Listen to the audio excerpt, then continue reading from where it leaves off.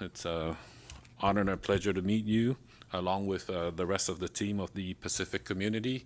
And before I give you the floor, I would like to go ahead and introduce the members that are present here this morning. To my far right is our Vice Speaker, the Honorable Diego Vincent Ferreran Camacho.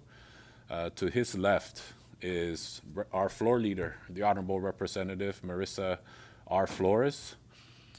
And to her left is House Member, the Honorable Ralph N. Yumo. And to his left is the Honorable Representative Elias Rangamar.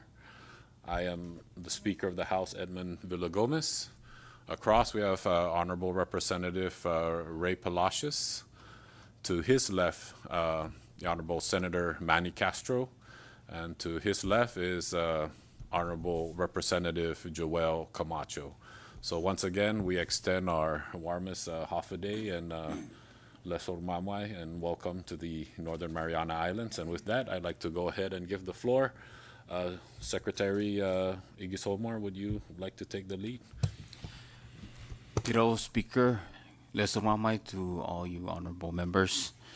It's my privilege to present to you the delegation from the Pacific community led by the Director General, and I will pass it along for them to share a little bit about themselves this morning. Thank you.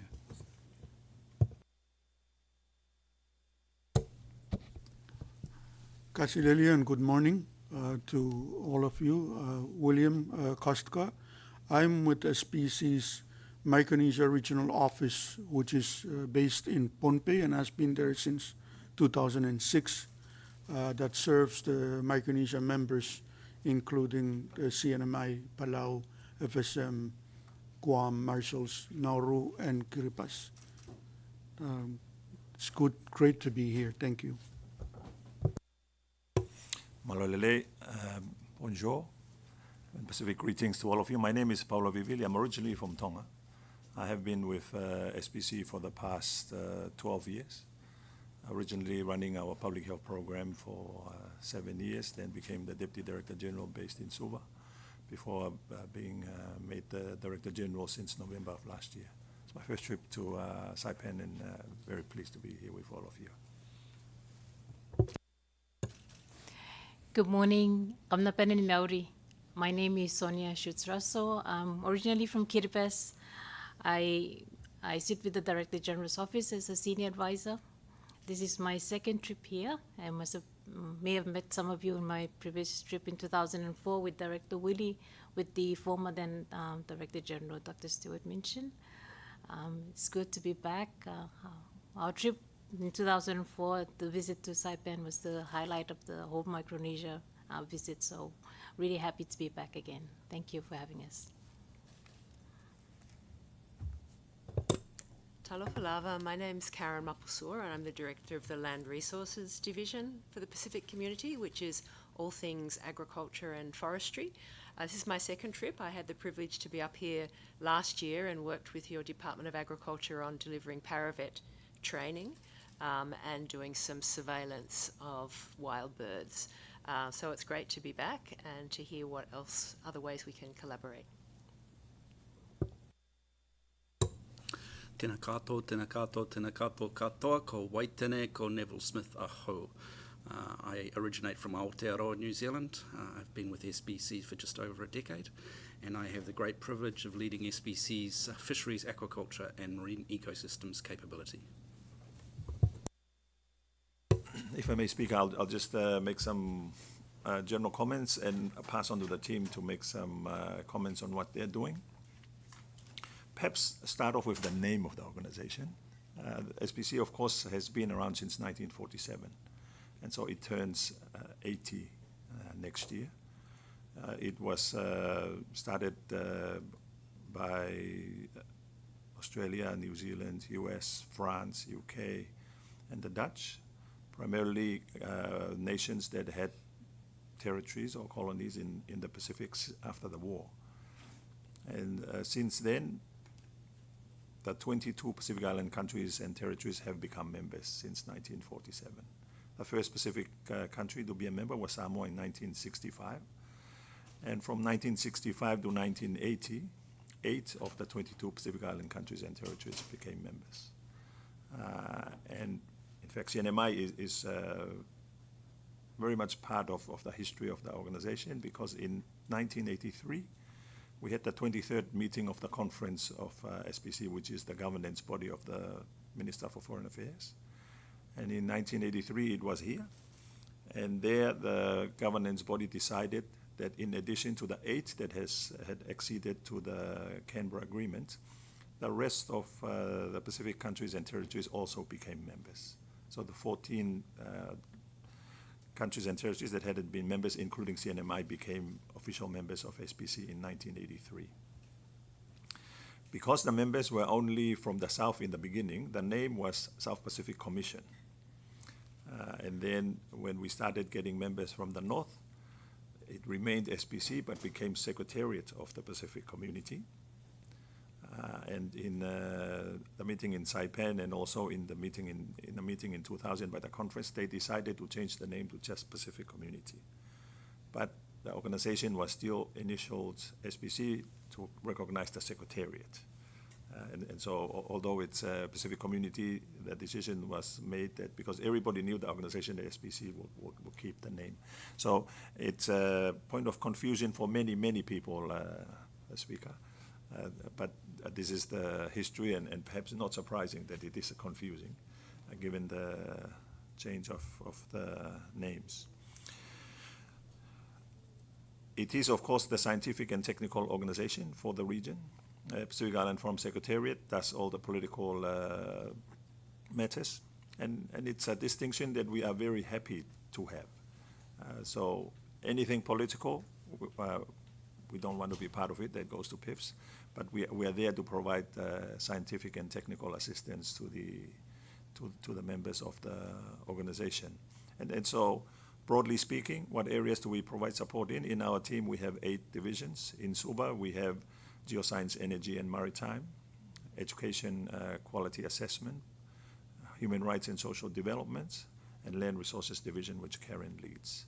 And in New Caledonia, we have fisheries, we have statistics, we have public health, and we have climate change.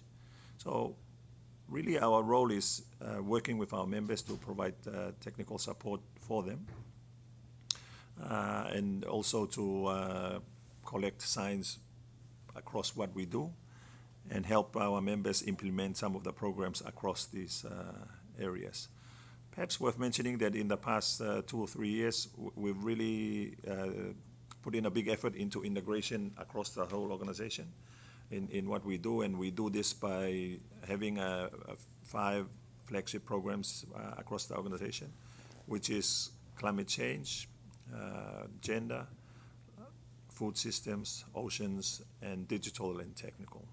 We feel that this reflects the key priorities for the countries and the members. The engagement between SPC and CNMI has not perhaps been as strong as it could have been. But last year, in 2024, when the trip was made by my predecessor, it was a great visit, and late governor agreed to re-engage in a much more meaningful way with the organization. And in fact, last year we started putting in some activities, and Karen has alluded to, and to date the activities have been around the areas of public health, around agriculture, and around fisheries and statistics.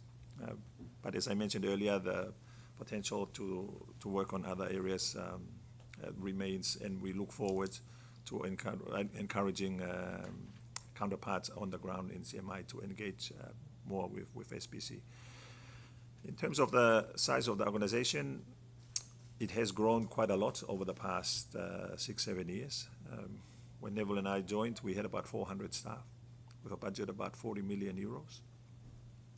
Last year, the organization grew, and now we're just under 1,000 staff with a budget of about 140 million euros. And I'm saying that because we have some resources in terms of human resources primarily, but also some resources in funding that can assist in implementing works in the country. One of the areas of work that we are now getting into is providing grants for countries in areas on gender and human rights, on climate change, on fisheries. And our granting program, for example, has grown 4 years ago from 0 to now about 60 million euros, which goes to some of the members. Obviously, some members get a little bit more than others. But one of the things we're trying to do is we are seeing that members who engage more, by and large, get more. And we're working hard across the organization to ensure that we are reaching out and engaging with our members a lot more, so that all of them get some support based on their needs and their priorities. So this is my first trip since I became Director General. And we deliberately wanted to come to Micronesia first because Micronesia is a very important part of the organization. And also in our governance meetings, often we hear from Micronesia representatives that they feel neglected on occasions. And we are here to say to you, we are here. We are willing to work together with you and your teams to progress areas that we can potentially help and assist with. At SBC, as I mentioned, being a scientific and technical organization, we are actually very clear about what support we can provide. And so this trip, we want to reach out to counterparts on the ground and just to say to you that we're an organization that was set up by you as members, and we see the organization as an extension of our members. We're not a separate entity. We are an extension of our members, and so we look forward to working together. Since countries and territories become members, every day all the flags are hoisted in our headquarters in New Caledonia, including the CNMI flag, and we're very proud that every day in the headquarters we see all the flags for our 27 members from our 22 Pacific Island countries and territories, as well as our 5 metropolitan members. And perhaps I'll leave it there, speak out as in terms of the broad comments, and pass on to the team just to give a broad overview of area of work that they work on. Obviously, on this trip, we have 2 of our 8 directors, but there are other directors and teams who are not able to be here with us that can also provide some support, and we're very happy that we have Willie in our office in Micronesia. So our headquarters is in New Caledonia, about 350 staff. Our biggest office is in Suva, with about 550 staff. And we have sub-regional offices for Micronesia in Pohnpei, for Polynesia in Tonga, and for Melanesia in Vanuatu. And so we have staff in these areas as well. So perhaps I'll pass on to Neville to make some comments, and then Karen and then the others as they wish. Thank you very much, Speaker. Thank you, Dr. Paula. So I'll start with just a little bit of a summary of the of recent activity with CNMI, and then start looking forward a little. So in 2023, the 4th Benefits of Fisheries and Aquaculture to the Economies of Pacific Island Countries and Territories assessment was published. As in the previous edition, there is a separate chapter for all members, and of course that means there's a separate chapter for CNMI. In 2024, SBC supported 1 CNMI staff from the Climate Division to participate in the first Pacific Fisheries Climate Awareness Workshop as part of our broad work in terms of looking at the implications of climate change for our fisheries resources. In 2025, the 2nd assessment of vulnerabilities of Pacific Island countries and territories' fisheries and aquaculture to climate change impacts was published. And as in the previous addition to that book, there is a separate chapter for all members, including, of course, again, CNMI. Looking back to late last year in 2025, we had the regional technical meeting on coastal fisheries and aquaculture, and we were very pleased that it was able to be chaired for CNMI by Mr. Michael Tenorio, who is your supervisor of the Division of Fish and Wildlife. and he did a very good job, so thank you on behalf of the other members for that contribution to the fisheries work in the region. We have coming up very shortly the 18th Heads of Fisheries meeting in Noumea. We have sent through the circular and we are waiting hopefully for nominations from CNMI for 2 representatives. There is also a request that Mr. Tenorio is able to come back and present the report of the Regional Technical Meeting on Coastal Fisheries and Aquaculture to the Heads of Fisheries meeting. So we'd very much appreciate those 2 things. Something that a lot of our other members are utilising, we have a member support request system. I can share the details, but what happens there is members put through particular requests through the system, and then resources are allocated to help members with those requests. It's working very successfully. For some other members, it's meaning significant contributions, and this reflects back to Paola's comment that those who ask most seem to get most. So I would encourage you, and especially your Fish and Wildlife team, to utilise that system and get in requests for the support that they might need. Just more generally, in terms of the fisheries services available, we do all the tuna science that supports the work of the Western and Central Pacific Fisheries Commission. I realise that you don't have a commercial offshore fishery at this point in time, but that is something that we continue to provide that technical support. So there is that availability to tap into resource assessment there, if that was of interest to CNMI. In the coastal fisheries space, we are very focused on a full spectrum from coastal fisheries management through to coastal fisheries science, but in particular at the moment, a lot of work in community-based fisheries management. A real focus in the region of scaling up those tools so that the local resource owners are becoming increasingly responsible for the sustainable management of their resources. Thank you.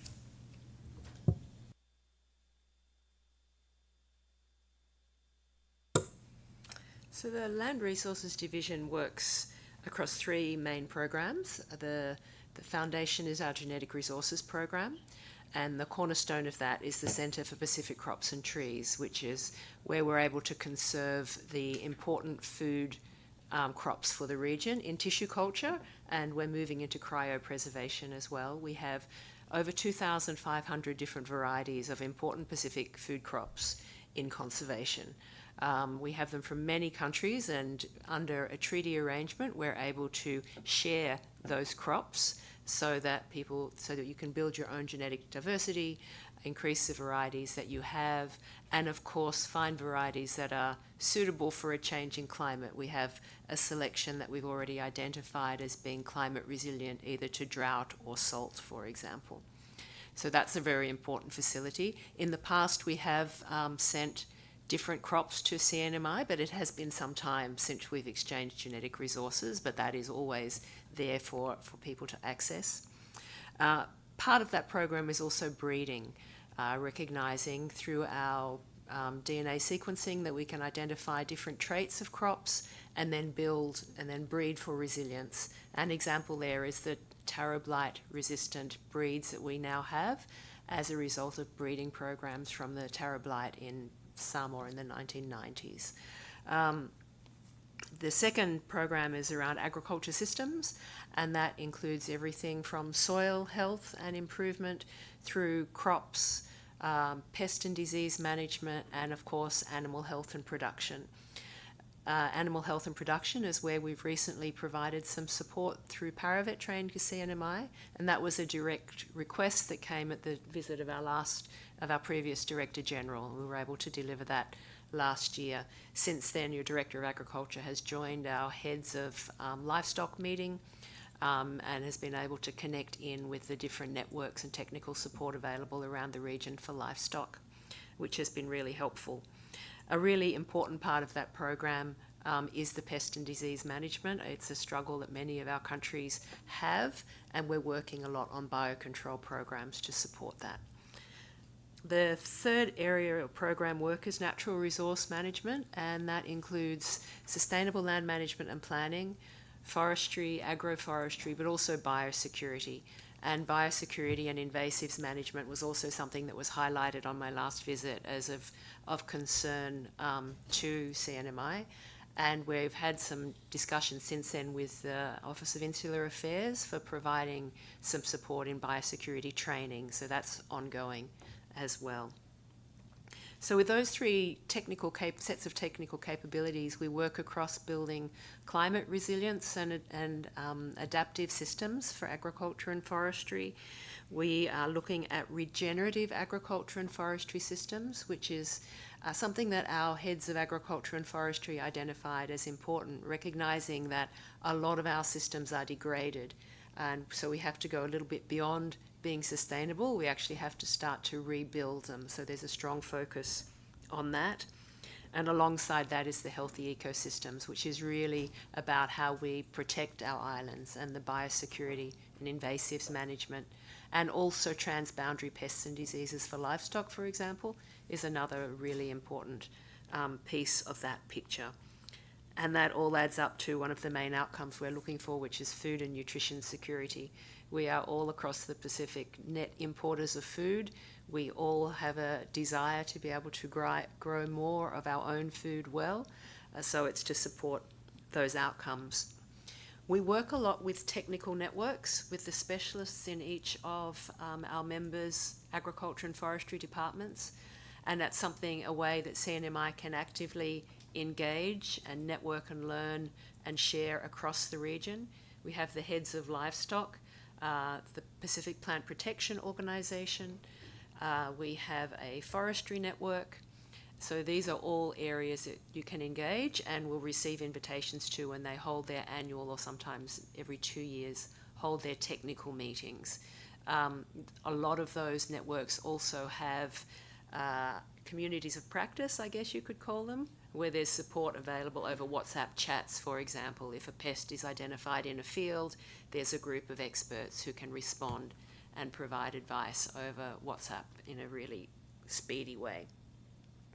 Another important opportunity and way we'd like to engage, and it can be with the government, but I also met with the College of the Northern Marianas last time I was here, on a regional research agenda.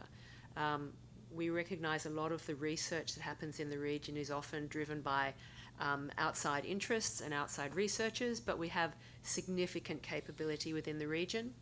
So this is a process of members coming together and identifying shared research priorities, and then bringing our own resources to work on those issues together. It might mean sharing the laboratory resources we have, and I'm aware that the college is building a very state-of-the-art lab. It might be expertise in writing, scientific writing. It might be field expertise. But we now have some great examples of 3 or 4 countries coming together and working on a research problem together with those shared resources. So we're really keen to engage with you in that area as well. Thank you. As a member-owned organization, each year we have annual governance meeting, sort of a board for SPC, and it's we have our 27 members that sit around the table. So this year we'll have the Committee of Representative of Governments and Administration. They'll be held in New Caledonia, Numia. And next year will be the conference, which is the ministerial, and that will be in Ponape. So we look forward to the Northern Marianas joining our governance meeting. Thank you. Thank you. I think everything that has to be said has been said. I just wanted to add that we need more Micronesians working within the Pacific community. Only Sonia and I are from Micronesia on the leadership team, and we need more people working for the organization. So please encourage your people to apply for. There's jobs announcements almost every week. Thank you. Thank you. Thank you very much, and thank you all for sharing the role that each of the officers play. We'll open up for questions, but first I'd like to go ahead and recognize the Secretary of our Department of Lands and Natural Resources. Thank you, Mr. Speaker. My presence here for me, I wanted to give a little bit of testimonial on our history with SBC. About 15 years ago, I was the director of Fish and Wildlife and oftentimes served, represented CNMI at the heads of fisheries. And even back then, we had so many programs that we were sending our staff to get certified on certain things relative to fisheries, like the Observer program. It was like months on end worth of trainings, and the folks were out there. We still have some of those people still on our staff today. And so much technical support is at SBC, just waiting for us to request for them. And back then we were very active members, aquaculture, fisheries. There is the fish aggregating devices that we also get designs and technical support from them on.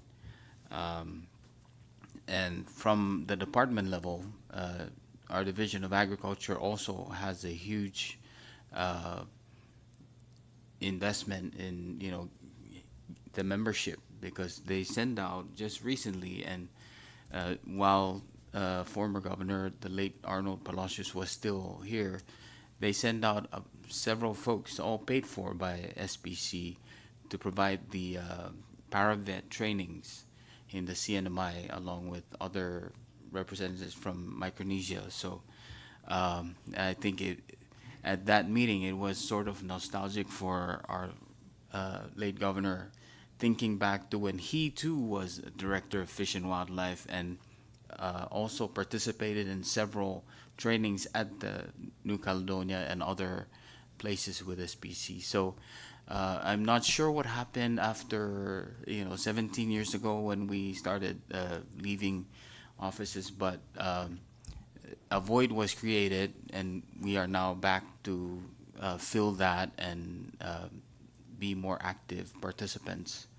And we do have great aspirations to develop our economy using other methods. One of those is the fisheries. And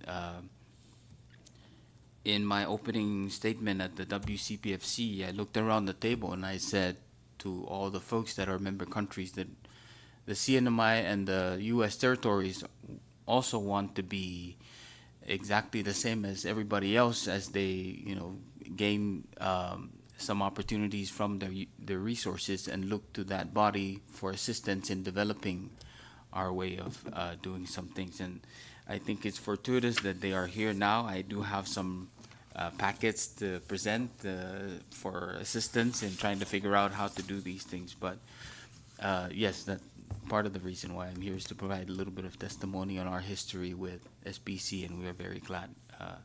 And thank you for making the trip. I'm sure there's been several hiccups, but we are glad you're here safely, and we'll take you around. Thank you. Thank you, Secretary. And with that, I'd like to open up the floor for any questions. I recognize Representative Joel Camacho. Good morning, and thank you, Mr. Speaker. Good morning, and welcome back to the CNMI. As I recall, I remember Mr. Willie, you came here, was it last year or 2 years ago, with my cousin-in-law, Mr. Rod Salas? Was that last year? Yes, we were here with the Director General and with Sonia Yes. in 2024. Thank you. 2024, Yeah. okay. I do recall during that meeting that was made mention that the CNMI does owe a share. We were once a member of SBC back in the day, and I believe that that amount was to the tune of close to $1 million, right? I just to, if you can verify. Thank you very much for the question. So as a member of the organization, each country is assessed by a formula that everyone agreed to, and everyone has an assessed contribution. And so, for example, the total assessed contribution by the 22 Pacific Island countries and territories comes to about 2 million euros a year. That's from the 22 members. And so the contribution that is assessed for each country depends on your GDP and other metrics, and ranges from about 40,000 euro to about 200,000 euro. And so over the years, quite a number of countries defaulted in their assessed contribution. They were still members, but once you default on your assessed contribution payments for more than 1 year, it's still okay. More 2 years, then we start to have some sanctions. And once you go over 3 years, then there are more sanctions. 4 years, 5 years. So CNMI, unfortunately, has not paid for 18 years. And so for the total amount is close to $1 million. As I mentioned, this is not the first member that has defaulted.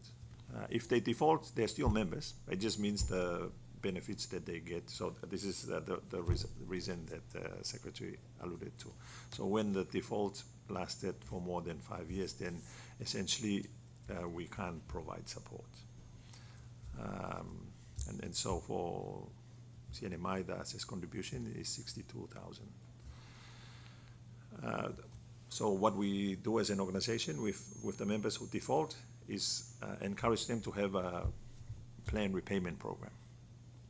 And the last time the former DG came and had a conversation with the late governor, they agreed to have a planned repayment program. For us, the planned repayment program means your assessed contribution for 1 year plus some. And that discussions was 1 year plus $1,000. As long as there is a payment in a planned program. If I can just add, since that conversation, although CNMI hadn't made the payments, from our perspective, when the governor said that we'll make a planned payment, in our view, that's great progress already. And since 2024, that's why we started providing some support. And from our side, the support we have given our CNMI in the past 1 year has exceeded the assessed contribution already. And this is when it's still kind of in the process of putting the process in place. So from our perspective, if the conversations and the commitment by the late governor is able to progress, it means that it will open up all the support that is available from the organization to CNMI. Thank you for that, General. I did recall that we had some conversation after that previous meeting we had that we were gonna try some way to fund it. As you know, 2 years later, we're in this economic slump, so just bear with us. But I just have 2 more questions. My last 2 questions. What is SPC's take with regards to the U.S. Bureau of Ocean Energy Management, BOEM, with regards to the deep sea mining? How do they address that? And if you can provide examples of that. And then also, my last question is, I know Guam right now is experiencing some drastic shark infestation that's actually really affecting their fisheries. I'm not sure, maybe Secretary can provide us some background on that, if the CNMI is having that same issue. But with regards to depredation by the sharks, how does SPC address that as well? Thank you. I'll take the question on deep sea mining and pass on to Neville for the shark question. We used to have a program some years ago on deep sea mining, where we had a team that collected science and shared it with the countries. This is going back 9-10 years. And the program was funded by the European Union. Since then, we have actually found it a little bit difficult for any donor to give us some support to do some work around DSM, despite the fact that, as you know, it's a very topical issue. And this is until we had a meeting with the US a month or so ago, where they indicated that they would be willing to provide some funding support. One of the things that we are very clear on with all partners who provide us support is that from an organizational perspective, our role is to collect the science provided to the country, and the country makes their own decision. So, for example, for DSM, we are neither pro-DSM nor anti-DSM. What we do is we collect the information and provide, just like what we do with all our other divisions. We collect the information, provide to the country, whether it's sea cucumber or whatever. This is the science and what it's telling us, and the country makes its decision. So specifically to your question, at the moment we don't have any engagements with the US or any other donor on it.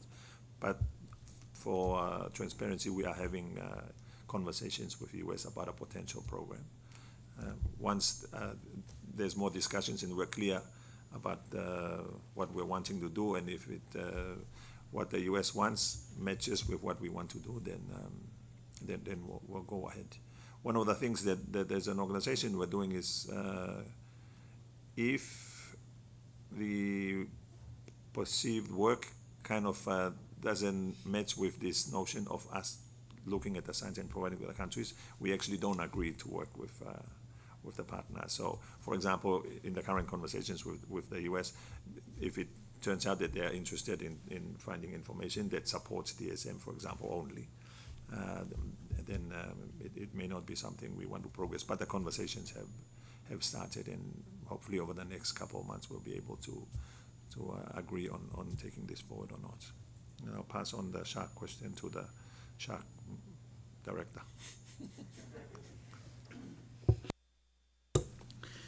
Thank you. I suppose I'll start with a little bit on, there is definitely a noticeable increase in shark numbers across the Pacific, and members generally are certainly noticing increases in interaction and depredation. And that's something we should probably be celebrating as a success, because 2 decades ago we had the opposite problem where most shark populations were in decline, and the shark fin trade was creating great issues in terms of biodiversity conservation. So that success has created a new challenge, and shark depredation is in front of us as one. It's very much dependent on the method, the fishing methods, because the difference between spearfishing at night and sort of industrial longlining are very, very different, and the ability to develop measures to avoid depredation really depends on the fishing method. So very happy to share additional technical detail on that matter in a side conversation, but there are some very successful developments right now, for instance in the industrial tuna longline fisheries, with so-called shark pods or shark shields, a range of electromagnetic devices or hook covers, which are deployed in such a way as to mean that it's only the tuna that get to the bait. So there are some successes there at the moment, but most of those technologies are relatively new and still emergent. Thanks. You're good. No more questions for the shark director. Thank you. All right, thank you, Representative Camacho. Floor leader, did you have your hands up earlier? If no one wants to go, I can. Yeah, okay, go ahead. Thank you, Speaker, and thank you again. It's nice to see you guys back. As we're sitting here listening, I was talking to our Vice Speaker, kind of just whispering about the relationship we have with the United States and this covenant agreement that gives us somewhat some sovereignty and somewhat restrictions. Depending on how you advocate and how you interpret, that would probably lead to some kind of conversation, whether it be to support it or be against it holistically. But I think for us, indigenous peoples, it's a marriage in which we see it not see it working now, but there's always room, which is that I hate to use this term, but there's always room for improvement. And I feel like this marriage is very one-sided as of now, which I'm sure they're probably listening, because every time we're live on air, someone in the United States is always watching, which I'm very grateful. I hope they are. the one thing that stands out to me is the science component, and what you can provide in terms of the ecosystem, agriculture, and how it affects the people of the Blue Continent. I think we all share the lifestyle, and I think we also share some cultural similarities. So I guess my question is actually geared towards Secretary of DLNR. Have you already engaged in certain projects with the Pacific community as far as scientific research? And then how does that influence your policy when you're coming up to the legislature to advocate for certain frameworks to support food sustainability, land management resource, etc.? Thank you for the question. We haven't had a great deal of interaction relative to what we are trying to pursue. By and large, it is due to also our relationship with the federal government. The previous administrations at the White House were not too keen on access to resource for economic purposes. I feel very strongly that under the current administration, who has spouted time and again that, you know what, you need access to your resources, let us know on how we can help. And so from that, we're developing some programs, and I'm about to present to the team here to see how they can help us. The U.S. also recognizes SBC as the science authority in the Pacific relative to fisheries. And so we're moving in that direction to help us develop our programs. Thank you. And I think that's good to note, right? Because we've always been talking about what happens in the United States is completely different from what happens boots on the ground if you come from the Pacific Islands within the Blue Continent. You cannot compare an apple and an orange, period, at the end of that's science, right? And so we're trying to build these new conversations about allowing us some autonomy when it comes to our natural resource and how we want to develop our plans for food sustainability, land resource management, etc. In your proposal, I guess, that you would like to present to the Pacific community, would this involve some kind of, I guess, fellow in which we can both kind of learn from each other, and then also plan towards, I guess, training opportunities for the future in terms of succession planning and what we can do? I know that it's science-based. I know that we could really use a lot of their information in terms of grants, especially under ANA. But do you plan to have any, I guess, opportunity for our people to participate in a fellowship program within SBC? That's my first question. My second question is, should that be a possibility for a MOU or an interagency agreement? How much do you suppose, because we know we owe them money, but if that can also be kind of redesigned and maybe reimagined, if we are going to participate with SBC, can we allow some kind of, I guess, reimagining of how we would like to pay that back, maybe through fellowship, and that we can pay down our dues through this kind of shared understanding so that we leverage off each other, right? There's things that you know and that you're experts at, and there's things that our future generation would love to learn from this particular institution because it relates more to who we are as a people. So I guess that's kind of my question. Would you consider maybe approaching the Pacific community in maybe having a fellowship program developed? And maybe we can maybe open a liaison office. I'm sure that's going to take money again, which we don't have. but I do see this partnership kind of evolving towards a bigger picture, which is the food sustainability under your department, land managed resource initiatives as it relates to the scarce amount of land we have, but mass amount of water. And trying to figure out how we could really take this partnership for future generations, because God willing, he's probably going to give me, maybe I hope, 10 more years if I'm lucky, but it's up to him to decide. But I would like to see this conversation be also a part for the future, maybe through, the college for data keeping, right? And scientific analytics, stuff like that. I mean, we're trying to evolve, use technology, use conversation, use new management systems to help us evolve into the future. So I'm glad that you brought them back here. I'm sorry that we owe you money of some sort. It seems that the CNMI owes a lot of people money, and we're finding out through conversations like this or through a letter somewhere. But these types of partnerships are very important because I see them being useful for the future generation.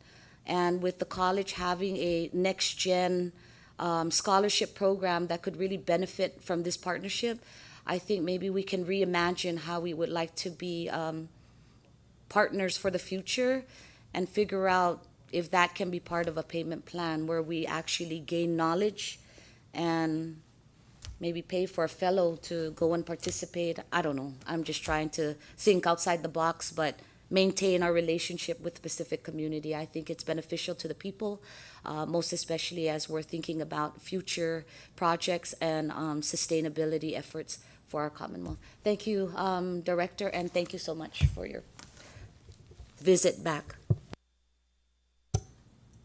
Thank you, Floor Leader. If Go I ahead. may just, Yes, a couple of Secretary. points there.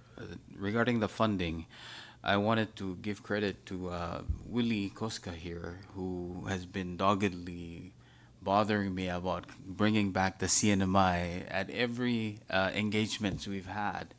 And so, if you recall, we had a Micronesian Island Forum in the Marshall Islands, and our governor, our late governor, Arnold Palacios, tasked me to bring a proposal to Willie and SBC, which came to be, we came to an understanding, and we negotiated something that was palatable for both sides, and so we have that on the books, and with Governor Apatang, he's also interested in pursuing that. So we have a plan, and we're about to execute. Regarding opportunities, we are open to all opportunities and willing to explore all of them. But as you know, we have a relationship with the federal government. Some of those things we have to pass through them to make sure that we're not stepping on State Department related issues. But absolutely, we are sitting down on multiple levels to try to figure out how the CNMI can benefit from these relationships that we have. Secretary, real quick.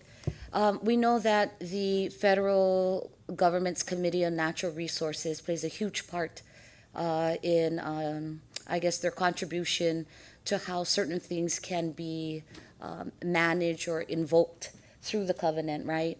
And I'm just wondering, have you, I guess, had these conversations with the, I guess, chairman of Natural Resources Committee within the federal government about how things, how their, I guess, input really affects who we are as a people and the survival, really, of our Commonwealth moving forward in terms of EEZ zones.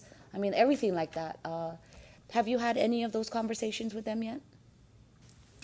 No, ma'am, but we don't waste opportunities here, and being that there are so many moving parts, we use the influence that we have at the time, and one of those is our relationship with the Interior, with Insular Affairs, and with the Department of War, as they have a lot of activities, and so we're trying to leverage all of those things to our benefit as well. Thank you. Okay, then thank you, Secretary, for that. And again, right, I'm all about sharing relationships with everybody that wants to have, or at least has the same goal as the Commonwealth. But I also understand, and I learned real quick, that the ones that have our best interests, majority of the time, are that of the Blue Continent, because we all have some kind of relationship attached to each other, whether it be cultural, whether it be traditions. But again, right, when you are not in a sovereign situation, though they try to apply it there, I really encourage you, Secretary, and again, thank you to the Pacific community for coming out.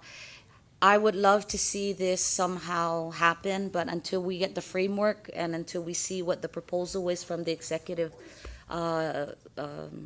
branch, then I guess that would really determine how we can support you fully, and what your plans are for the department for the long term and the success of our Commonwealth. So thank you again so much. I don't have any other questions. I yield my time, Speaker. Thank you, Floor Leader. Director General, would you like to add? Just a very quick comment in terms of training. Capacity building actually is one of the biggest things that we do. So every year across the whole organization, we would hold trainings for thousands of people from our member countries in all the areas we work in. And all the training is supported for free by the organization as part of our capacity building. I mean, Fisheries Nevo has a leadership training, for example, for fisheries people, and we invite participants from all the membership. Karen, across all our divisions, we have a lot of capacity building programs. Some of it is accredited by some universities, since you mentioned the university, and we always look at opportunities to work with university, and there's been discussions with Guam University, for example. We certainly have programs that we run that are accredited by the Fiji National University. Some of the programs we run accredited by the University of South Pacific. Even some of the programs we run, we develop the training. For example, last year we developed a diploma in monitoring, evaluation, and learning, and it's free and available for any university to teach. So the material is there, we've developed it, and we've made it open source of sorts, that any tertiary institution. So capacity building for us is a very big issue, because we know that as the region progresses, capacity to implement is a big challenge for for all of our members. And often it's not a money issue, it's a capacity issue. So for us, again, just to say that capacity building is, we understand the need in the members.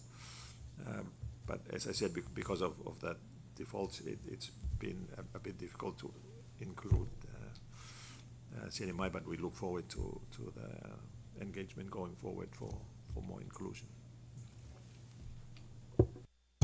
Thank you, Director General. And before we go any further, I'd just like to recognize another House member, the Honorable Representative Thomas John Manglonia. Any further questions? Good. Representative Rangamar? Congressman Palacios, Malika? Yes. Okay, recognize. It's my first year, for representative, and thank you for coming. Thank you, Mr. Speaker, for letting me. I just want to find out, like Representative Marisa Flores mentioned about in the box, so you have to think outside the box, like EEZ, the Executive Economic Zone. So try to look into that so we can have more access, like for us to be strong, like President Trump. He mentioned about Gulf of Mexico. So now it's Gulf of America, right? So like American Samoa, they went to the White House and explained all the details about the fishery, the border, territory. So if you guys can do that, like Philippine Sea over here, if we can make it to Mariana Sea, right? So we have to be strong. If you're in Tonga, so make Tonga Sea. Whatever your border, your territory. If you do that, maybe we're going to be stronger. Thank you. Thank you, Representative Palacios. Rep. Manglonia, I know you came a little late. Yeah, my apologies, Yep. Speaker. We had another meeting scheduled at the same time. But I'm sorry, I missed most of the presentation, so I'm not too sure of the background. Maybe can you just fill me in just real quick on your organization and what you guys do? Thank you. Thank you very much. Perhaps in a nutshell, the Pacific Community is a member-owned intergovernmental organization for the Pacific. The membership includes all the 22 Pacific Island countries and territories, including CNMI, plus 5 metropolitan members who were the original members, US, UK, France, New Zealand, and Australia. And the role of the organization is to provide technical and scientific support for the members. And this will either be in advice, and on occasions it will be in some funding. But primarily we provide technical support for the countries in the areas of agriculture, human rights and social development, geoscience, energy and maritime, education, fisheries, public health, statistics and climate change. And we're just here to look at opportunities to strengthen the engagement with CNMI as a member of the organization. Okay, have you guys done any work here in the past or currently? Is there any sort of programs that are currently in existence right now? So CNMI has been a member since 1983, but for the past 18 years or so, there's been a reduction in the provision of services, but we have restarted work in fisheries, in agriculture, in public health over the past year or so, and looking forward to increasing the engagement going forward. Thank you for that, and I think that is something that we do need to support. And just speaking to members of the community with agriculture and fishing, especially with issues with food security, it's something that we do want to, or personally, I do feel like I want to support, and any way that we can be of assistance, please reach out to us, and I'm pretty sure we all agree that we'd be happy to help how we can. Thank you. Thank you, Representative Manglonia. Any further members? We're good. Okay, Secretary Gisomar, you look like you have one more thing to say, or? In private. Oh, in private, okay. Yeah, I'll have my secretary prepare the check. I'm just kidding. So with that, on behalf of the members of the legislature, we thank you for making your way here to the CNMI and having this meet and greet meeting. It's been, I'm sorry I missed you all 2 years ago. I was in YAP. But we look forward to, now that we reestablish again this relationship, and we apologize for the 7-digit delinquent on the fees, but we'll be good on it moving forward. So again, with that, on behalf of the members of the legislature and on behalf of the CNMI, we look forward to this working relationship, good working relationship, and positive development as we move forward. Thank you. Sizus Masi, Kirisoremi. Secretary, will you? Thank you very much for this August body's time this morning and giving our esteemed guests a moment to brief us on all the wonderful relationships we had and look forward to rekindling. So thank you very much. We appreciate it. Thank you. Thank you.